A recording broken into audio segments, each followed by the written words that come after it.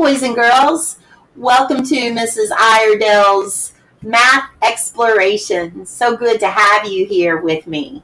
Sorry we can't be at school together, so we're just going to have to settle for this. It'll be interesting. Today what we're going to do is a quick review of what a fraction is, or for those of you that are just wanting to be exposed and learn about fractions, this would be an introduction for you. The question is, what is a fraction? A fraction is definitely a number. That's something we always want to remember. It's a number, but it just represents a part of a whole, okay? And in this particular fraction, we have the fraction 1/3. We can say it as 1/3, or we can also say it is 1 out of 3 parts.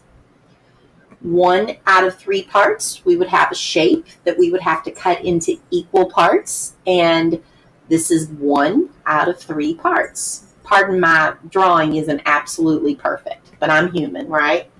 Okay, in a fraction, it's important to remember that you have two numbers. You have a top number and you have a bottom number. The top number is your numerator, and your bottom number is your denominator. I remember the denominator is downstairs, hence the letter D. That helps me remember. The denominator is the first number you want to identify. The denominator tells you how many pieces has the whole been cut into.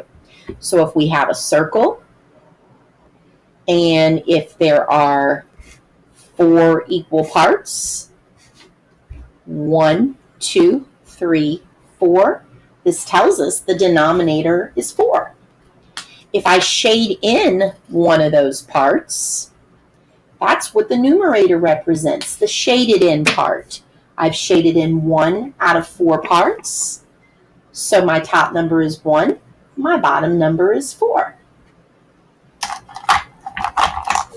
For the fraction 1/4, there's a lot of different uses for fractions that we see all the time.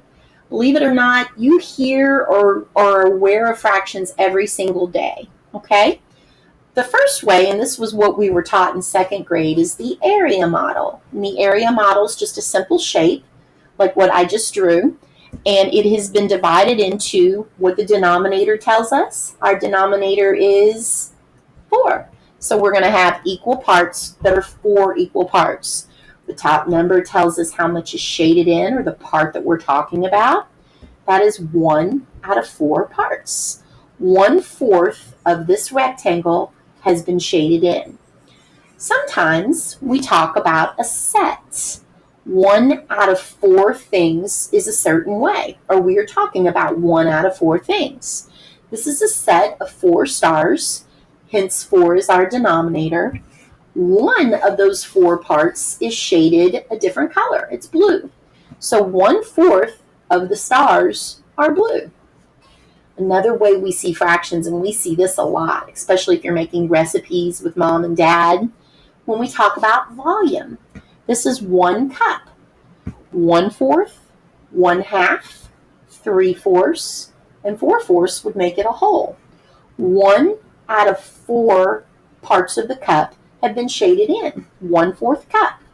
That is our volume. 1 out of 4 parts have been shaded in. Another way we see fractions quite often is in distance. We see it with number lines. And this is another way. This guy's running around the track. The track becomes our whole. And it is one whole that has been divided into how many equal parts? 1, 2, 3, and 4. The little man, when he gets to this first point, has ran 1/4 of the race, or 1/4 of the track. So that's another way we see fractions. Okay, let's do a quick little challenge to see how well you've been paying attention today, okay? All right, we got this little gnome, and he is sitting next to a fraction representation. First, what you're going to ask yourself, what's my denominator, the downstairs number, the number on the bottom? How many pieces has it been cut up into? Well, this shape is a heptagon, which means it's a 7-sided shape. 1, 2, 3,